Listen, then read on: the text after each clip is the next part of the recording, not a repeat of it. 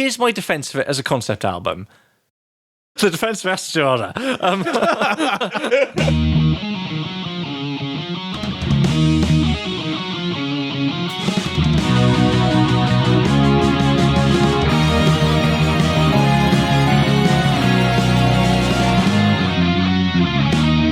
Hello and welcome to Maiden Voyages, a podcast devoted to exploring the peerless discography of the world's greatest heavy metal band, Iron Maiden. So across this series, we've been journeying through the band's entire discography, discussing, analysing, dissecting, celebrating, and possibly commiserating every single Iron Maiden record. This episode, we find ourselves in 1988 to explore Iron Maiden's proggy 7th album, Ooh. Seventh Son of a Seventh Son. Ooh. Pretty proggy, but first let's introduce ourselves. So I'm Bledd, the first son, indeed the only son of a first son, brackets only child, a historian of sorts, and I'm joined by Sam, who is the second son of a first child of 3. Hang on, that's confusing. So you're the second son of a first son? Yeah, that one. Second son of a first son. This is a terrible, terrible format to introduce ourselves with. I was so pleased with it when I thought of it as well. You need a hobby. Yeah, I do. And you're a writer of sorts, Sam. Yeah, and the of sorts is doing a lot of heavy lifting there. Yeah. I mean, it has been since day one, hasn't it? Let's be honest. Look, unless you want to read some in-depth retrospectives about Skyclad or Sabotage, I've got nothing to offer you. So, usually we would go straight into a pedant's corner, but you've told me there's no pedantry this week. No, what I'm finding week on week, or fortnight, or more accurately month on month when we record, is you tend to be more correct than you used to be, or that there's less things to potentially dispute. Which is really interesting, because I feel like the more I do this, I'm not going to lie, the less effort I put into the research. So I think it's maybe because there's less information available as we get further on. Like we've talked a lot about that Maiden kind of fall into an almost formulaic process. And I think because of that, there's probably fewer moving parts than there might have been in the early days. Yeah, that's true. And certainly, despite the fact this is one of Maiden's most celebrated and best albums, again, the background to it is a bit, the information there is a little bit thin on the ground. So instead of some pedantry, let's do some shout-outs to the lovely folk on Twitter. Sure. At MaidenPod. Follow, like, subscribe, share, all the things you're meant to say in a podcast. Those are the main interactions. Yeah, that's what we're meant to say. Good, so that's done. A special shout-out to Can I Pod with Madness? Thank you very much, guys, for the original Kerrang review of Somewhere in Time. Yeah, really interesting to see how effusive Mick Wall was about it in the contemporary reviews. Yeah. Since then's kind of, you could say he's mellowed on it, maybe? I couldn't believe that, because we brought up Mick Wall in that episode, saying how in Maiden's official biography, Run to the Hills, he's a bit, he's more, not one of their best, I think is his quote. Yeah. And then I read that review, like really fascinated, really effusive of praise from Kerrang at the time, and then got to the end, it's by Mick Wall. Yeah, it's just like, this doesn't quite track with what we know. No, I mean, either Mick Wall's massively changed his mind, or Kerrang just had a 3-line whip on Maiden, a very strong editorial policy. I mean, to be fair though, when did Run to the Hills come out? The biography, not the song. I believe the first edition was 2001. It was shortly after. Right, so near enough 20 years, 15 years maybe. Yeah, I mean, you're allowed to change your mind. Your views might change in, over a decade.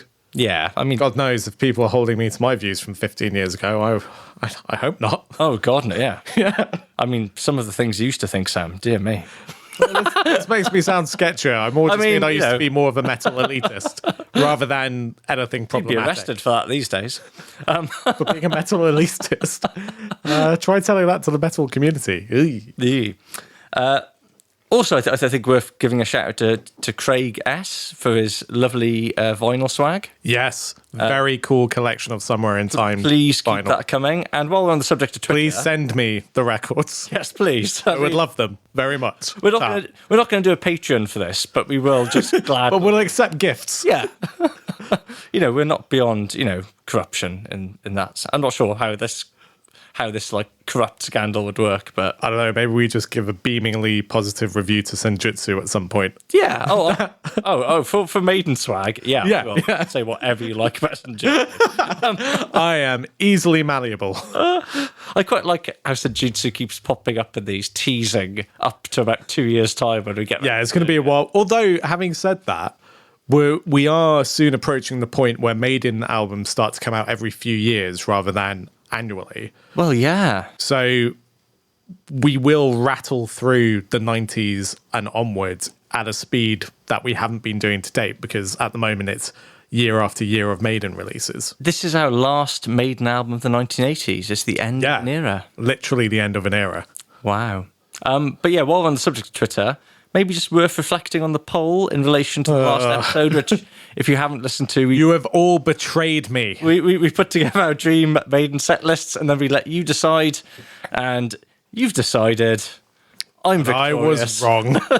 Sam's an idiot. I don't think anyone's decided that. I just disagree with my very subjective and admittedly obtuse choices.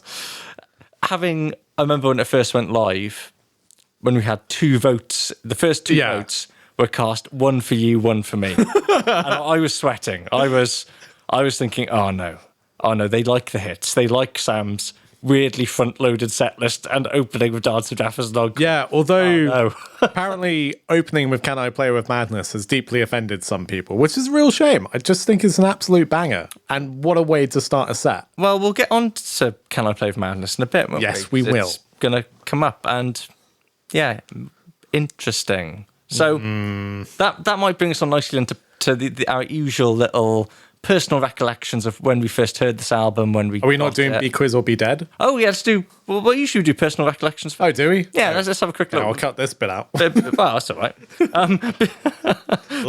But because Be Quiz or Be Dead is indeed on the way. Okay. Personal recollections. When do you remember first hearing Seventh Son of a Seventh Son? I mean, to be honest, I wouldn't have heard the album until maybe like 2012-ish.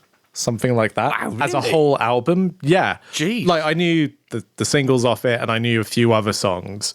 Did you just buy it because you knew you were going to see the Maiden? Yeah, tour? pretty much. So I properly discovered it in the run-up to the Maiden England tour, and it was very immediate feeling of like, oh, why have I not listened to this before? This is my good. jam. Like, This is quite a good record. yeah. But I mean, I always knew bits and pieces of it. Obviously, Can I Play With Madness? And other songs. Like I've already waxed lyrical quite a lot about the Clairvoyant. Yeah. And to be honest, I have very specific memories about hearing the Clairvoyant. I don't know, like 2004-ish, when I just moved into a new house with my family. By my family, I don't mean like my wife and non-existent children. I mean my parents, because I was a child. But yeah, so I've always known about half the album at least. Oh yeah, likewise. Because getting the Eddie the Great compilation has come up before. About I think 4 songs off this album are on. Yeah, it's quite a heavily represented album in the Maiden canon. You get Can I Play With Madness, Evil Men Do, Infinite Dreams, and the Clairvoyance. That's half of it, right? Yeah. And I think for that reason, it wasn't one of the very first Maiden records I picked up, but I still would have picked it up by the time I was 14. But like you, I think I really thought, wow. Yeah. Front to back, without giving too much away, giving a lot away, this is just incredible. In the way that, we've not spoken about any bad albums so far, have we? But we've acknowledged that. Yeah. We've acknowledged that some of them are uneven, but there's been nothing bad. Well, that's it, yeah. But I think we've sort of acknowledged that they're all kind of varying shades of good to great, but most of them are uneven to an extent. Yeah. Whereas this is the one, Seventh Son for me is the one where you go, wow, nope. I mean, personally speaking, this is just front to back excellent. It's a goodie. It is a goodie. So, shall we get on to Be Quiz or Be Dead? Yes, let's do it. Okay, we'll split it into 2, okay? Which is you reminding me to do the second part. When we get to the next episode. Because there are some good questions. And actually, the first few questions, some of them actually refer to the Somewhere on tour, because that's where we're going to pick up as usual. Because all right, this is going to go badly. So the first one, a question I've basically asked to sort of just deliberately trip you up because I know you won't know the answer. Lovely. Question 1. Dick. And to be fair, I wouldn't have known the answer. And I not have researched this. So the title Seventh Son of a Seventh Son is inspired by a book called Seventh Son. But who wrote it? Aldous Huxley. The excellently named Orson Scott Card. Sure. Nil point. Who is Orson Scott Card? He's the author of Seventh Son. Oh my God. I wanted more context than that. He's a writer. All right. Bring on the next question. I presume a fantasy fiction. You absolute spanner. So, question 2. On the opening night, so we're going a little bit back in time here. On the opening night of the Somewhere on tour, Oh my God. Iron Maiden played a song that has never been played again since. What was that song? They only played it on the opening night, apparently. My Old Man's a Dustbin. You could at least have guessed the song off Somewhere in Time. Okay. Was it Caught Somewhere in Time? No, they played that all throughout the tour. I don't know. Okay. It was The Loneliness of the Long Distance Runner. Okay. They only played it once. Yeah, they played it on the opening night of the tour and then seemingly never played it again. Oh, interesting. And question 3. During and after the Somewhere on Tour, Bruce Dickinson started writing his debut novel. What is it? What? You didn't know Bruce wrote novels? No. Oh, great. They're actually... I mean, you could argue his biography might be a novel, but no, I mean, it's pretty factual. Though it does weirdly admit any mention of his family, which I still can't quite get over. I think in light of... Let's not go. Let's not... What about his children, Blevin? Well, yeah, you could talk about his children, I guess. I don't think he even mentions he has children at any point. No. I mean, you know, he's got priorities, I guess. I'd be a little peeved if that was my dad. What is his debut novel called? It's now quite hard to get hold of. It's been out of print for a long time. It's a comic novel. You mean a graphic novel? Or... No, I mean it's like a it's a comedy. A comic novel, yeah. I think Bruce saw it as being in the sort of vein of like P.G. Wodehouse or something like that. Okay. Bruce goes to camp. I don't know. I'm almost tempted to give you half a point. It's called The Adventures of Lord Iffy Boat Race. Oh, God. That sounds terrible. The cover is also appalling of the book. Appalling in what sense? Like low quality, dated? The whole thing just looks rubbish. Sorry, Bruce. And I say this, you shouldn't judge a book by its cover. That's what they say, isn't it? So depends on the book and the cover. Yeah. So, appalling start. All right. Look. I've had it up to here with you, all right? You're always picking questions that I just have no hope of answering. And guess what? There's 3 more coming up next episode that I have similarly little hope for. Wow. Yeah. Wow. Sorry. So you will be. Let's go into the background then. So as usual, which I'm beginning to think was maybe a slight error in the format that we pick up immediately after the previous albums left off.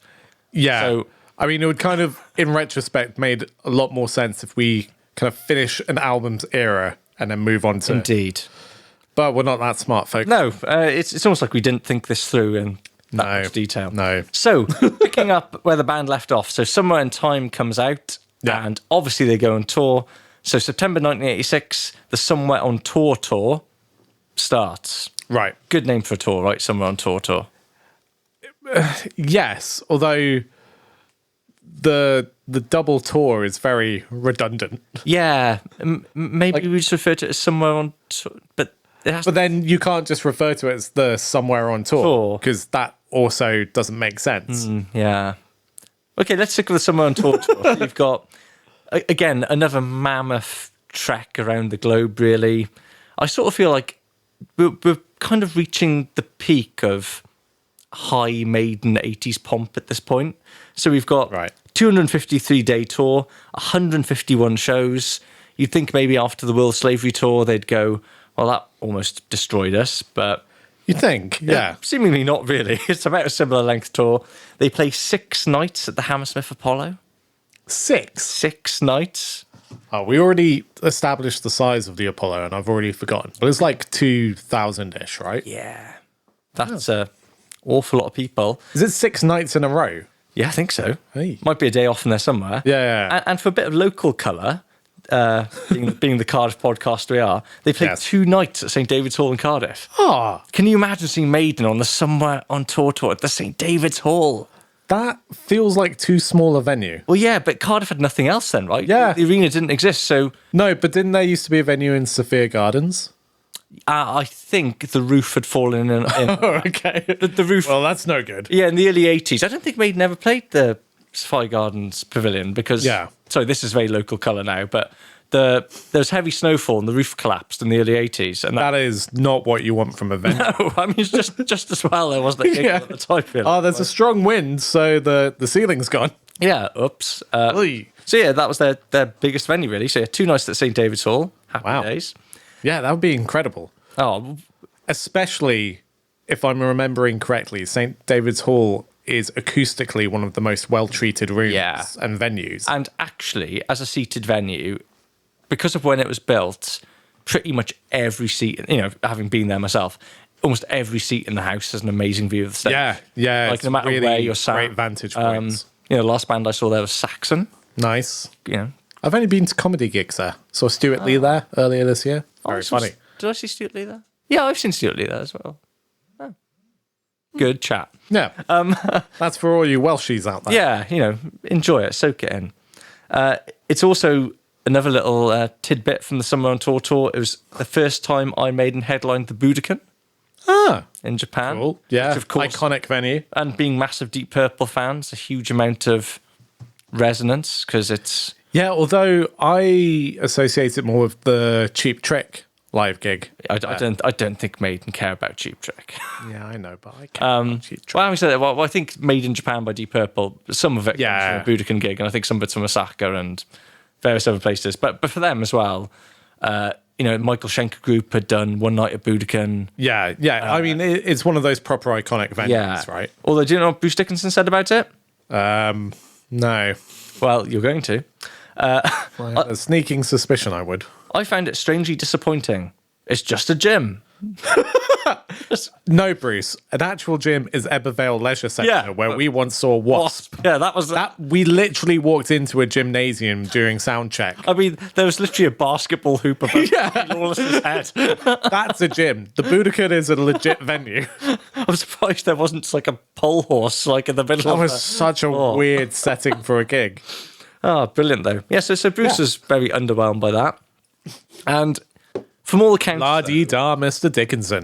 the Summer on Tour seems to have been, and it's interesting, well, we'll get onto this, that they filmed the tour before, because most people who saw it seem to reckon the Summer on Tour was the most ambitious Maiden production to that point. And you said last time there's not much pro-shot footage. Very little whatsoever. Yeah, I mean, there's no official release.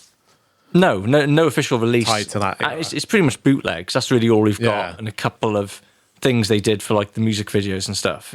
But in terms of like the use of inflatables, Bruce had this jacket that lit up with all these different lights to represent a heartbeat. Have you seen this? No, that sounds cool. Well, It sounds very 80s. Yeah, very like 80s. Cyberpunk, And of which course, I guess is the vibe, right? as Bruce has acknowledged in interviews since, back then, before LED lights, that meant he had to sort of wear this massive battery pack. Oh, yeah. Like- And it must have all been quite hot. Yeah, very hot. So he only wore it for the first song. Yeah. And the battery was prone to dying during the first song. Yeah. In the words of Dom Lawson, friend of the pod. I mean, I wish he was a friend of the Yeah. I mean, I don't think he's listened to the pod, but we like Dom here, Metal Hammer journalist. Big fan of Dom All Lawson. them good. Front man of Oath. Well, indeed. Dom Lawson says, the tour also marked the point where the band's penchant for the spectacular dragged them firmly into the realms of the ridiculous. I'm totally okay with that. Yeah, honest. I like Maiden in ridiculous mode. I mean, this is a band that even when they're not being quote unquote ridiculous are wearing stripy spandex. Yeah. It's what I liked about the Legacy of the Beast tour, is I felt Maiden were leaning. Yeah, back they in. leaned into let's just be Totally silly. obnoxiously ostentatious and I love it. Yeah. Bruce Dickinson also described the tour as the Great Inflatable Tour. We had 2 big hydraulic hands, which you can see in the video to Somewhere in Time. Every time you mention inflatables, all I'm picturing is like rubber dinghies. just everywhere. Just like a balloon puppet show, like a little squeaky dog. Yeah. But yeah, it talks about his big inflatable hands and all the hijinks that came with that. The hands wouldn't inflate, and Sure. Bruce and Steve were meant to stand in them. All very Spinal Tap, basically. Yeah, it sounds pretty Spinal Tap. Do you know who the opening acts were? And there were several across, as you'd expect from such a long tour. What year are we now? 87? 86. 86. Oh, 86 into 87, yes. Starts Okay. 86, finishes in 87. I mean, to be honest, I always get these so wrong. But You're going to like a lot of this. will one of them be Halloween at this point? Maybe. No, but No. next, well, when we start talking about the 7th tour, we okay. will get to Halloween. Yeah, then, because that's when yeah. Sanctuary get their claws in. Yeah. I have no clue. Unless Okay. you want to give me a clue. No, I don't. Brutal. How's this for a roster of opening bands that they took out on the road for them? Obviously, not all at each gig, right? So, tour. Wasp. Really? Yeah. I mean, I love Wasp, but it just feels like a odd opener for me. Well, both managed by Rod Smallwood at this time. Oh, yeah, of course. Yeah, so You've Wasp definitely were said that before. touring inside the Electric Circus. Not the best of the 80s No, albums, admittedly. no. Wasted, who I'm pretty sure they toured with before. No idea who Wasted are. Pete Way from UFOs, poster for that, hence okay. Way, Yeah, W-A-Y. yeah. And also double meaning because he was an alcoholic and a junkie. That is not an uplifting band name. Well, no, well, since he died quite recently, rest in peace, Pete Way, Oh, man. from alcohol. That's and horrible. Yeah, bless him. I, on a very side tangent, the one time I saw UFO with Pete Way, Yeah. he was one of those guys. You know how most of those people who live that hedonistic lifestyle, they tend to eventually get clean, like Nicky Six and people. Yeah, yeah. My feeling is Pete Way. Well, when I saw him play with UFO in Chepstow in 2009, he spent about half the set lying on his back on the floor playing the bass, just glugging wine from a bottle. Oh, wow. That Which is- sounds incredibly dark. When you're like in your late 50s, early 60s, it was a little bit bleak, yeah. Anyway. And in Chepstow, of all places. Yeah, well, at Chepstow Castle. So Yeah. Look, Chepstow's a lovely town. It's Yeah. just, for some reason, that adds to the decadence in my head. the decadence. They also had, though, going back to the tour, Yngwie Malmsteen. Really? Yeah, he shows up. That Yngwie in the 80s was That must have been like pretty early Yngwie, right? Yeah, it would be. Like but, sort of just coming out of Alcatraz, forming Rising Force. Yeah, probably before Joe Lynn Turner's time. Yeah. Yeah, Joe Lynn Turner still at Rainbow in 86, I think. Yeah. But yeah, there's those. Yngwie put out a really good DVD compilation thing of his early live stuff. And Yeah. back in the day. Yeah. 80s Yngwie is Yeah. incredible. Keeping up the shred theme, they also had Vinnie Vincent's Invasion. In the UK, they had Paul Sampson's Empire. I have no idea what that is. Paul Sampson's post-Sampson band. Oh. Wait. But, Yeah, so you, what? so you, You leave your titular band to that's form- named after you to form a band terribly named Paul Sampson's Empire. yeah, who I don't think ever. Again, No. I don't speak ill of the dead, Paul Sampson, but yeah. No. But Vinnie Vincent Invasion's also another interesting choice. Yeah, you can sort of see Maiden, I don't know, embracing the emerging shred culture.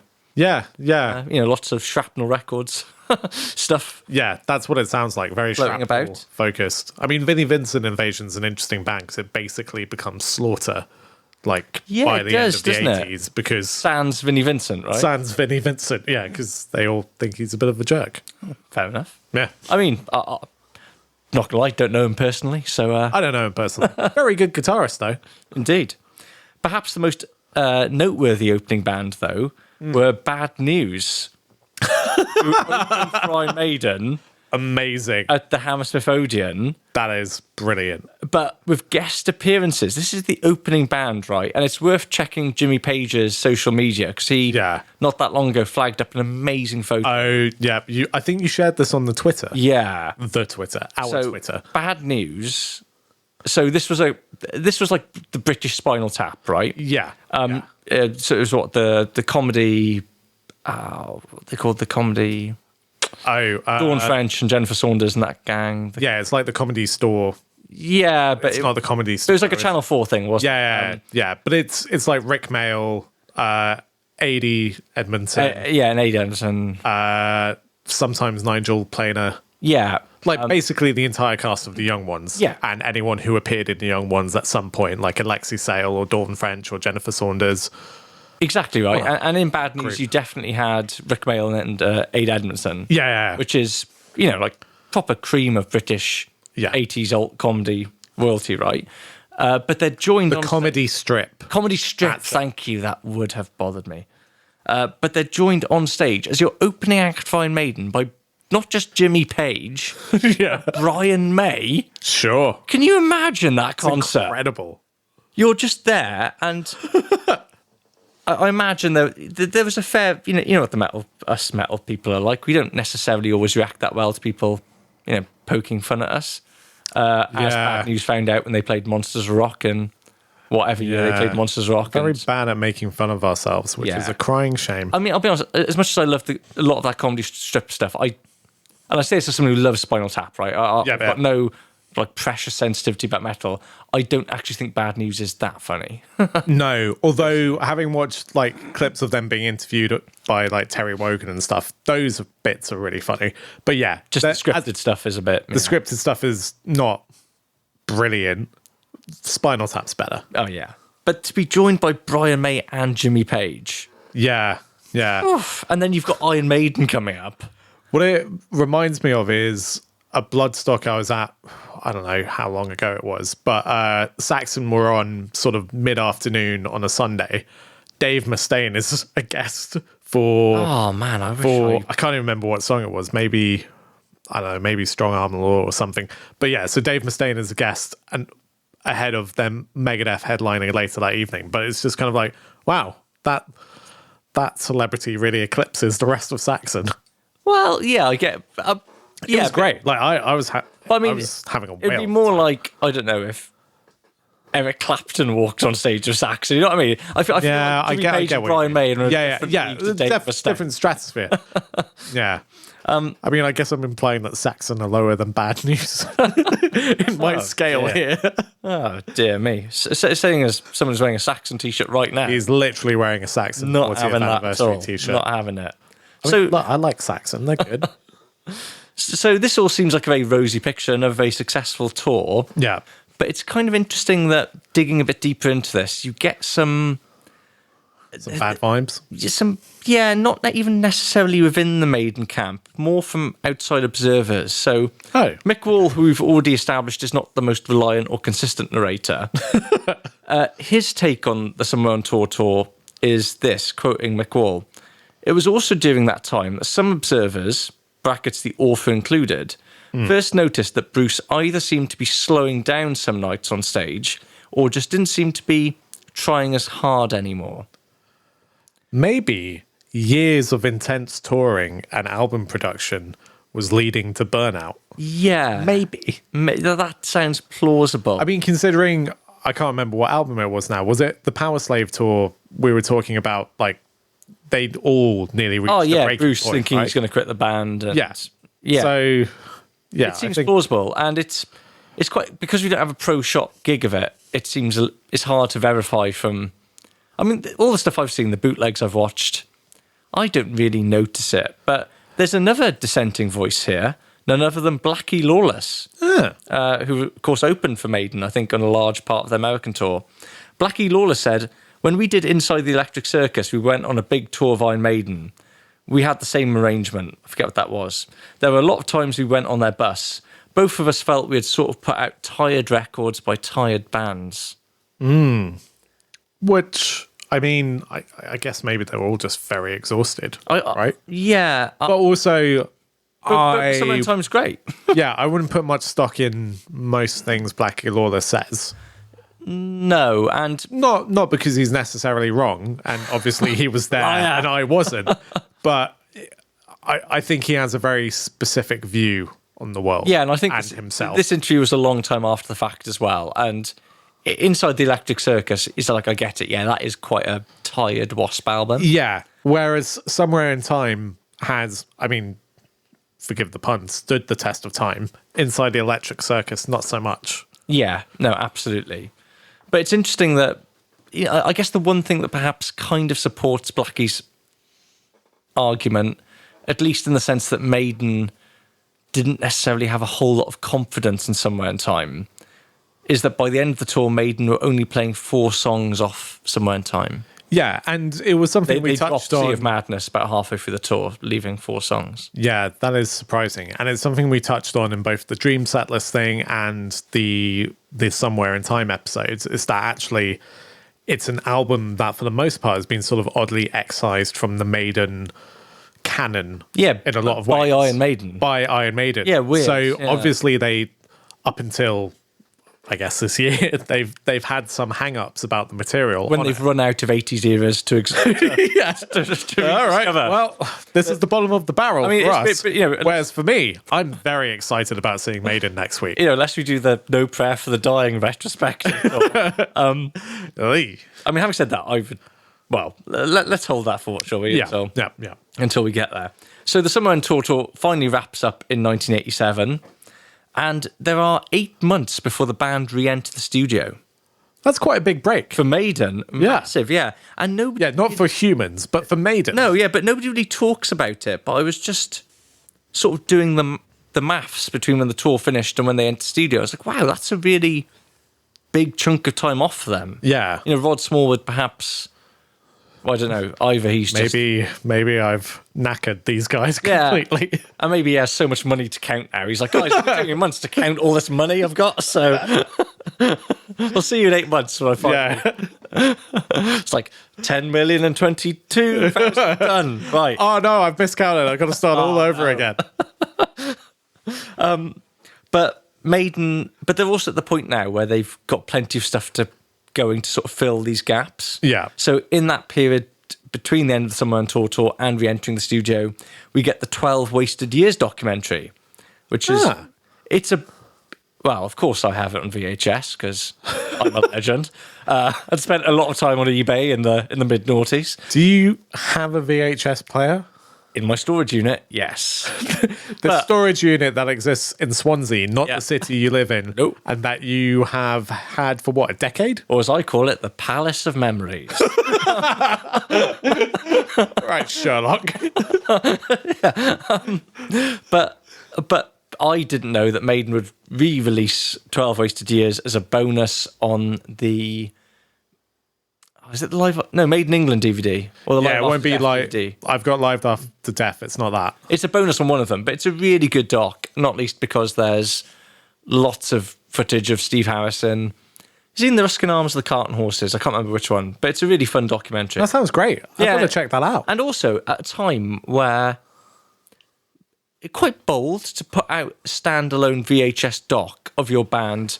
You're 7 years into your recording career, and to go for the full, like, hey, here's the retrospective documentary. And I can't think of any other metal bands who were doing that, you know. And we say, like, embracing new formats like the VHS, but it was a relatively newish thing, you know, or certainly, like, musicians and bands getting in on the idea of VHS concerts. Yeah, I guess it probably would have been pretty early for video home releases for metal bands. And Maiden, you know, seemed to, you know, they'd already put out Live After Death, which is, you know, probably the defining video concert metal release of the 1980s. Yeah.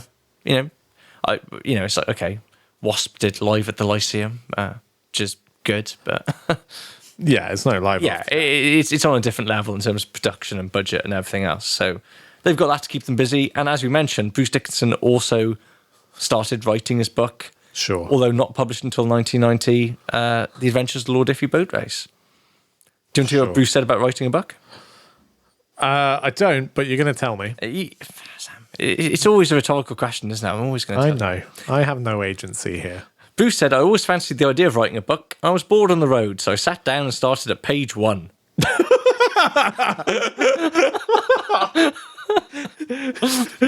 Didn't plan out the book or anything. Spoken like a true Spoken like someone who's TSL. never written a book. I had an idea for this character called Lord Iffy Boat Race, who's an upper-class chinless wonder. I wrote it the same way I write a song. Write the first note and don't know what the second one's going to be. But halfway through, you suddenly realise what it is you're writing about. This raises so many questions about Bruce's creative process. What a fascinatingly weird man. Even though it used to be really expensive, I wonder if anyone stuck it on Kindle. An e-book release of If Iffy it Boat is, Race. then I'm overruling here, Sam. I'm saying there will be a bonus app where we review the Iron Maiden book club. Look, where we, at the moment, we have so many planned bonus apps that we've not done. We've got the Live After Death one. Oh, yeah. We've now got the Iffy Boat Race. Yeah. We also plan to look at least some of the spin-off albums from alumni of Iron Maiden. But so far, we've done diddly squat Bledd. well, we've already established that the things quietened down a bit in the 90s and into the 2000s. So we'll pad it out there. Yeah, so the Maiden Voyagers book club is our first read. We'll get together every Friday to talk about the adventures of Lord Iffy Boat Race. So, that's... I'm sorry. How many of these books are there? I've just put it into Amazon. There's more than one of these books. Yeah, I think it was a series. Oh, Lord. All of them. None of them in print anymore, I don't think, or last time I checked. One of them's called The Missionary Position, The Further Advances of Lord Iffy Boat Race. That's not even a double entendre. It's just... No, that's just sordid. Yeah. Oh, well, funny enough, there's more sordid chat to come. I regret to inform you, dear listener. Oh, dear. Our usually very savoury podcast. But so, getting on then to the genesis of Seventh Son of a Seventh Son, because, of course, it is Maiden's first concept record. Yeah. Or is it? I've got some things to say about that. Well, we'll get into the minutiae of what is a concept record. But according to Steve, anyway, the initial idea for Seventh Son came from the death of the British psychic Doris Stokes. Now, okay. So Doris Stokes was like a British popular, like daytime telly psychic person, right? But she died in 1987, apparently, or 86. And this prompted Steve to consider, could she foresee her own death? Because she was a psychic. Okay, that's an interesting idea. Ish, yeah. But this... I mean, this one played out in, like, pretty much any sci-fi. Yeah. But this is what inspires the first song to be written for the album, The Clairvoyant. Which kind of makes sense, doesn't it? Ish. I'm trying to... I listened to it today. None of this makes sense, but that song is great. Yeah, it is a great song, but, and as a vision-setting song, I could definitely see how the rest of the album falls out of that. But it's interesting how you can see Steve basically amalgamating lots of different ideas from places. There's this one idea of this British psychic, popular telly personality, Doris Stokes, who dies. Yeah. Could she foresee her own death? But he'd also been reading this book, Seventh Son, by Orson Scott Card. And Steve is kind of thinking, okay, prophecies, clairvoyance, the future, etc. Sure. Seventh Son's having special powers to, be able to see into the future. And so Steve takes this idea to Bruce and is like, look, I've got this song and this vague thing, and could this be a concept album? And Bruce, who, as we spoke about last episode, or our Somewhere in Time episode, was kind of a bit bereft when none of his material was accepted for the Somewhere in Time album, and had been thinking about where can we take Maiden, where can it go. Bruce seems to really latch on to Steve's concept and totally run with it and go, yes, it's going to be a concept album. Right. But is it, Sam? Well, no. Well, okay. Here's my defense of it as a concept album. Defense. It's the defense of Astronauta. But it's not a narrative album. You know what I mean? There's nothing that says a concept album has to have a narrative. it has to have a conceptual theme to it, right? We often assume, Dark Side of the Moon doesn't have a story. It's a conceptual kind of series of ideas. But I don't think most people would quibble with the idea of saying Dark Side of the Moon's a concept album. But I think you're right in that it doesn't need a story narrative. But what it does need is a narrative. And Is it? Not in the sense of like a linear story, but in the sense of there has to be a sense of flow, and I don't know, I'm struggling to, I guess, like, you listen to Dark Side of the Moon, it feels like one piece with, yes, vignettes within that, but it all flows meticulously well and it all feels part of the same product. Whereas Seventh Son, whilst nothing feels out of place, it is just a collection of songs. It's not an album that you can take it in as a whole, but it's not one that lives or dies by that. No, not necessarily, but I do feel... Also, I don't think there's much of a thematic consistency to any of it. The idea of prophecy in the future and sort of general mystic stuff.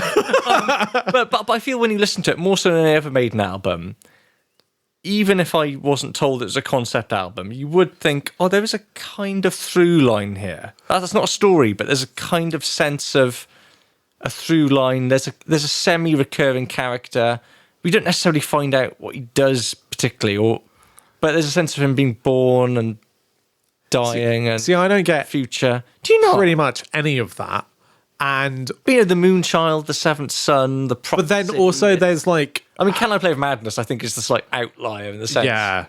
But even then, you can see that as a kind of, I've got these special powers, and what am I going to do with them? But I also find there's this what also makes it quite jarring to me is the concept thing almost feels like an afterthought, in that the album starts with Moonchild, and then the very end, there's a little bit of a reprise of Moonchild, and it just feels very tacked on. Like, we're going to make it a concept. Boom. Well, bookended. Interestingly, Bruce Dickinson seems to agree with you, because Bruce, reflecting on the idea of Seventh Son as a concept album, says, like most things, it got about halfway down the track and then sort of veered off at a tangent. We've never followed the plot slavishly. And Bruce, I think the idea that there's a plot to begin with is pretty shocking, right?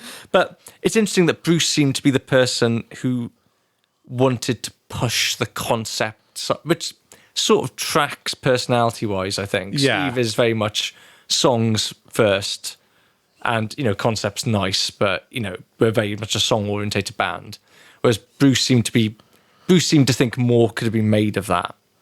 Yeah, I think that's fair. I don't know, what would you describe something like The Wall or Metropolis Part 2? Are those concept albums, or are those veering into like rock opera territory? Well, so I guess there's a spectrum of stuff. Well, that's it, yeah. But to me, they are concept albums, but they're concept albums with a clear narrative. Yeah. And to me, that's more like the narrative concept album is like a genre of the concept album. I think that's fair. Concept albums need to have stories, but there needs to be a thematic through line. Yeah, I guess I don't feel there's much of a thematic through line to Seventh Son. Whereas I do sort of get it. In a weird way, I kind of feel like Somewhere in Time has more...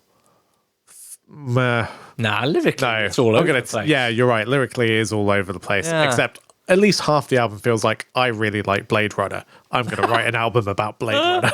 That's the concept. I like Blade Runner. That is pretty much the concept. But interestingly, because you mentioned Metropolis there, you could also maybe latterly mention The Crimson Idol by Wasp, a very clear narrative. Yeah, but something like Crimson Idol and Metropolis, I guess, to some extent, they veer into rock opera territory to me. Well, indeed. But the album that came out the same year that did invite some comparison was, do you know what the other big metal concept album was of 88? At a time, it's worth pointing out. Wait, is Operation Mindcrime out? Yeah. Yeah. Now, you see, that's a concept album, but I guess it veers into, like, rock opera territory. But interestingly, Bruce has gone on record, has said that he reckoned Operation Mindcrime was a better concept album than Seventh Son. And I would agree with that. As a concept, I feel like coming out of Operation Mindcrime, I have a pretty clear idea of what the themes are. Yeah. And there is a don't with story Seventh with Son. characters, and it's much more. And again, rock it's opera, a isn't it? lot of it is vignettes. Like, I'm not sure it's necessarily a completely linear story, but you get a sense of like what the theming is much more than you do with Seventh Son. Yeah. But I've managed to track down the quote with Steve saying that Bruce even said to me that Queensryche had made a better concept album than ours with Operation Mindcrime. Yeah. But I remember reading a quote that I can't track down, where apparently Bruce heard an advanced copy of Operation Mindcrime and took it to Steve and was like, look, this is what we need to be doing. But Steve was like, no, we're not doing it. You know, because Mindcrime's a double album. I think Bruce was almost pushing for something that was like a proper double album, maybe spoken word narration. This is me projecting a little bit here, but I feel like he was, he spoke projecting. But he spoke about the difference between rock opera and concept album. I think Bruce would have pushed it more in that rock opera direction, which would have been a very different record, but fair to say, not necessarily a better record, I don't think. Yeah. Do you want to weigh it? Well, what's your verdict, Sam? Mindcrime by Queensryche or Seventh Son of Seventh Son? As a concept album, Mindcrime is better. As albums, both pretty on par for me, to be honest. Both pretty great, They're aren't both they? incredible records, yeah. But what's also interesting is that up until this point, I cannot think of any heavy metal concept albums. There must be something. You say this, I'm struggling. What year is this? 87? 88.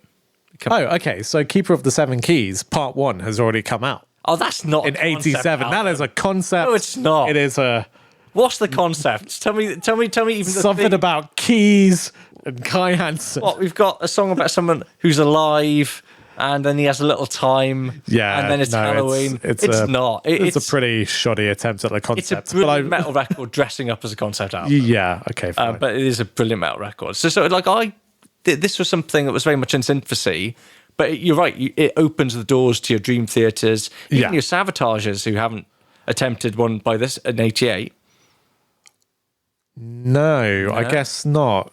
I mean, Gutter Ballet flirts with it, but no, it's not. Then have a go, and it becomes, just like a whole thing, doesn't it? Like the metal concept album. Abigail is 87 by King Diamond. Very good. Very good. You're right. Yeah.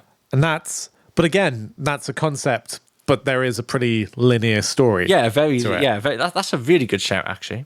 Oh, what great albums. God, I love this kind of music.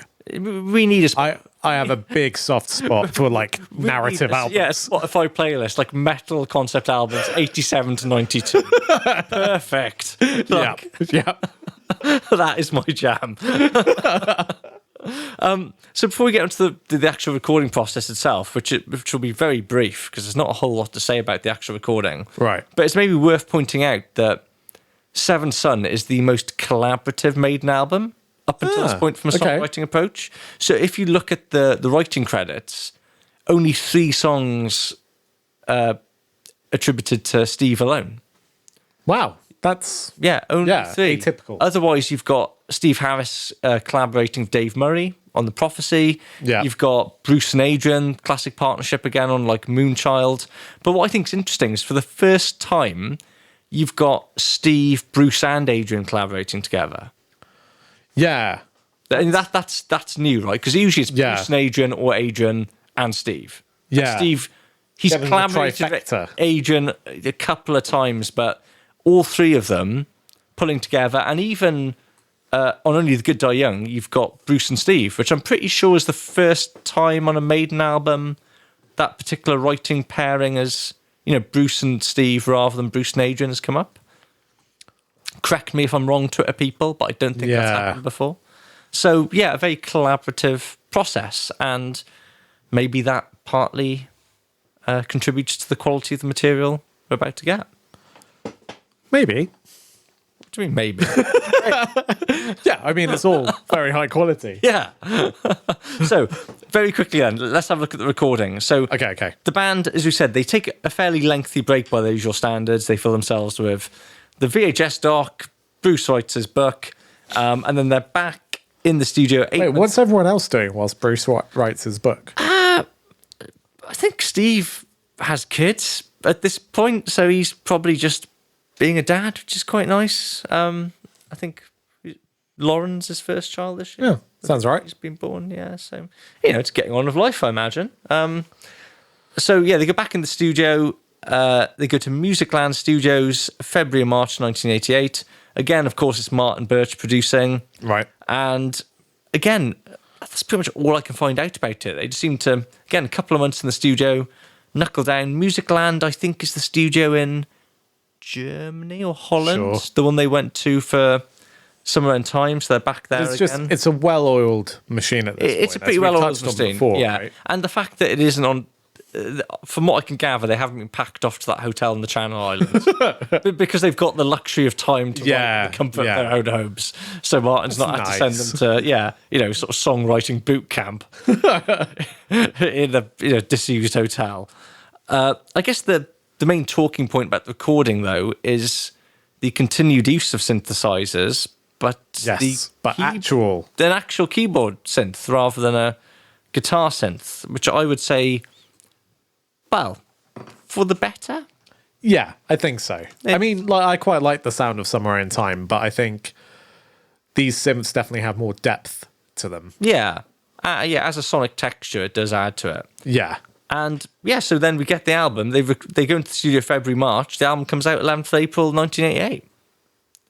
Efficient. Speedy. Yeah. A quick little thing about the promotion, because this was interesting. Now, this is, you can see, like a band who've got a big old budget to spend on promoting their album. Yeah. So to get the press hyped and interested about the new record, they rent a castle in Germany. Okay. Castle Schnellenberg. Good name. Strong name. Antendorn in Germany. Yeah. And rather than just doing the usual press junket where they go around, they fly the press to them in this castle. So you've got people from the music press, your Kerrangs and the like, television. They're all invited to this castle for a playback of the record, as well as just rounds of interviews with the band. Yeah. In Rod Smallwood's words, they had the media from Europe, America, interviews, drinks, playbacks, photos, the whole wine and dine, schmoozing, getting everyone pretty leery. So, presumably Mick Wall included, because he wrote the which is maybe, contributed to the 5K he gave it, which it is admittedly very deserving of. But also, Maiden played 2 secret shows as warm-ups to get people hyped up. Yeah, so one in Cologne. Yeah. And one in New York, playing under the name Charlotte and the Harlots. New York is an interesting call. Well, it is, given the band's relationship with the USA in this album. Yeah. But we'll get to... But also just with the USA in general, I would say. A final thought for this promotion, because one of the things Bruce said to Kerrang at the time, so this is contemporary in 1988, his big sell for the album is, if Number of the Beast brought heavy metal properly into the 1980s, then with Seventh Son of a Seventh Son, I think we've shown the way for heavy metal in the 1990s. Whoa. I mean, that statement has not aged well. Yeah. That is a punchy, inaccurate quote. Yeah, when you think of the 90s and metal. Pantera, Machine Head, Fear Factory, Korn. Yeah, it goes a very different direction, Bruce. You are off the mark there. I did think Korn's Jonathan Davis was listening to Seventh Son and going, yes, this is the way. This is our brave new world for us. Interesting thought from Steve that I think is rather portentous. Is that the word I'm thinking of? Steve remarking on Seventh Son again at the time. Yeah. How we're ever going to follow it up, though, fucked if I know. And how right he was. Yeah, that is a ominous thing to put out there. So, before the last point of order, before we get into the tracks, the artwork, which is... It's pretty dramatic. It is, yeah. And again, something of a departure, I guess, from... Well, obviously it's Derek Riggs. Yeah, it's not that much of a departure in some ways. The exclusive Maiden collaborator. Has done all their artwork up until this point, as far as I'm aware. But yeah, I mean, before we get onto your thoughts about it, maybe just to frame what you think. Yeah. It's worth noting that doing a bit of digging into this is that, unlike Riggs's previous commissions for Maiden, apparently in the past he had a pretty clear brief from the band or from Rod or someone. This is what we're going for. This time for Seventh Son, they seem to let him unleash him a bit, and apparently it was a very vague brief that was just, we want something. Well, in Rod's words, we said to Derek, we want something simply surreal and bloody weird for the album and all the singles. That's what they gave he him. fulfilled that brief. Yeah. So go on, what are your thoughts on it? Yeah, well, it's definitely... We've talked about in the past that at a certain point from Peace of Mind onwards, Eddie starts taking on lots of different characters on the album artwork.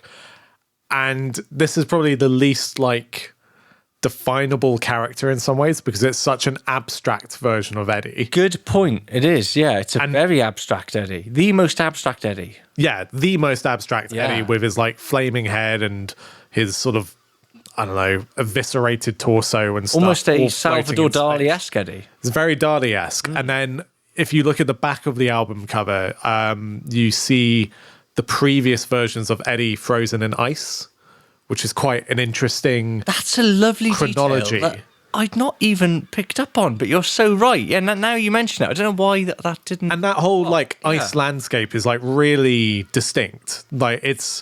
We've talked a lot before about the use of colour on Iron Maiden covers, with Power Slave using quite pastely yellows, it stands out a lot. And having a sea of white-blue ice really stands out again. And so you get this really... It's just a really weird album cover, even for Iron Maiden, in that the colour scheme is unique. You've got all the previous Eddies frozen in ice, sort of saying, well, screw those guys, we're going with surreal... flaming head Eddie, and we're just going to run with that. Now, that's an interesting thought, and I opened this episode by describing this as Maiden's proggy 7th album. Yeah. And there are proggy moments in the album, but I wonder how much of the fact that people tend to go, oh, Seventh Son's the album Maiden fully embraced prog. There's proggy moments on it. Yeah, it's not a prog album by any stretch, but this is a prog album cover. That's it, right? And I wonder how much is it... This cover is almost a bit like Yes meets Morbid Angel. Yeah. You know what I mean? It's like a really dark yellow. Yeah. When I see the Seventh Son cover, the other covers that come into my mind are Time by ELO, which, again, sort of distinctive blue patterns. It's that sort of spacey surrealness. Yeah, absolutely. And yeah, it's interesting. I sort of wonder to what extent perhaps the artwork more than the music contributes to this idea that persists. Well, the artwork is synths. Yeah, I think it is just those two things that does it. Do you want to hear what Derek Riggs had to say about it? Yeah, absolutely. As usual, Derek Riggs is a very illuminating man. He says, but yes, for Seventh Son, I had limited time to do the picture, and I thought it was pretty weird, their concept, so I just went with that. I don't know where the ideas come from. I read a lot, and I stick a lot of pictures in my head. Fair enough. Talking about the unusually bright colour palette, which is also something of a departure for metal records. Yeah, this is not what you expect of a heavy metal album. So you think Riggs might be able to shed some light on this? I don't think he can. I think, like many artists, Riggs just kind of follows his muse and sees what happens. Well, let's let Riggs speak for himself here. Quoting Riggs when asked about the bright colour palette, I don't really have colour preferences. Sure. Okay. You're a bloody artist, mate. I thought your colours are the tools of your trade. But he doesn't really have colour preferences. It's not in my interest. What? I mean, I can understand not having preferences. You want to keep a sort of open palette for your artwork in general so that you don't stagnate and just become sort of, I don't know, typecast as an artist.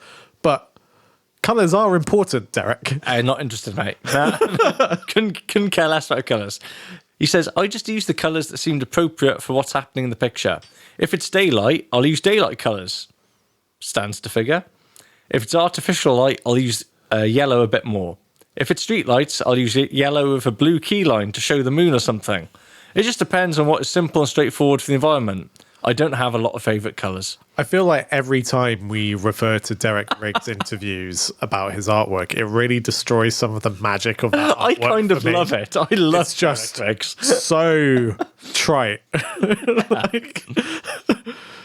I'm not saying he needs to have some high-level concept for this artwork, but he needs something a bit more than, if it's daylight, I use yellow. But he's such a fascinating man in some ways, how someone who, when he speaks, comes across as, I mean, a borderline simpleton, but is able to communicate so expressively. And I mean, what an incredible artist. Imagine having that litany of album covers as your portfolio. Like, incredible. And we haven't even discussed the amazing single artwork he does. Yeah, and he's churning the stuff out at this point, right? 4 singles, the Can I Play With Madness artwork, so with good. the fist through Eddie's head. What I really love about the 4 singles artwork is they're, contrary to the album, there's a consistent theme. Yeah. Like, there's a framing of Eddie's head in some kind of surreal, outblown, different way, but it all feels part of the same set, and it all feels in tone with the album cover. And there's something that's whilst previous single artworks never feel like incongruent or anachronistic compared to the album cover, this just all feels so much part and parcel of the same thing. Oh yeah, definitely. Like, it's. I would say a big part, again, like you were saying, a big part of people saying this feels like a prog album is the album artwork. I would say a big part of what makes this all feels like a concept is the album and single artwork all ladder up into something. You're right, and that's not happened before. And you know, even more remarkable when it sort of seems like that's entirely off Riggs' own back, because he seemed to have no direction for the band whatsoever. Again, weird if they're pitching this as a concept album. You think they'd go in. You think they'd have a concept? Yeah, it's like, okay, so this is the story. Not just we want something weird and out there. Yeah, and then he like, look at the cover of Operation Mindcrime. It clearly speaks to the plot of the album and stuff. Or and it's even Metropolis or The Human Equation by Arion. I don't know. Like, all these things speak to their concept. And I presume, again, that, you know, going from some of the previous interviews I've read with Riggs, he was doing artwork for an album he hadn't heard. Yeah. Because he's doing this whilst the band are in the studio, which makes sense because the turnaround's so quick. They record in, what is it, like February, March? It's out in April. Yeah. So Riggs is presumably doing it without actually having heard this music. Does he not get to hear, like, I don't know, demos or rough mixes? From his accounts, he doesn't mention that. He says, no, he had a brief and he drew artwork to that brief, and he had to come up with something that, you know, it's easy with hindsight to go, oh, that's perfect. But it is kind of perfect, isn't it? It worked out surprisingly well. Yeah. It's my view of it. Yeah. Well, you know, but it always seems to have Riggs. He's just got the knack, hasn't he? You can just interpret it. Yeah.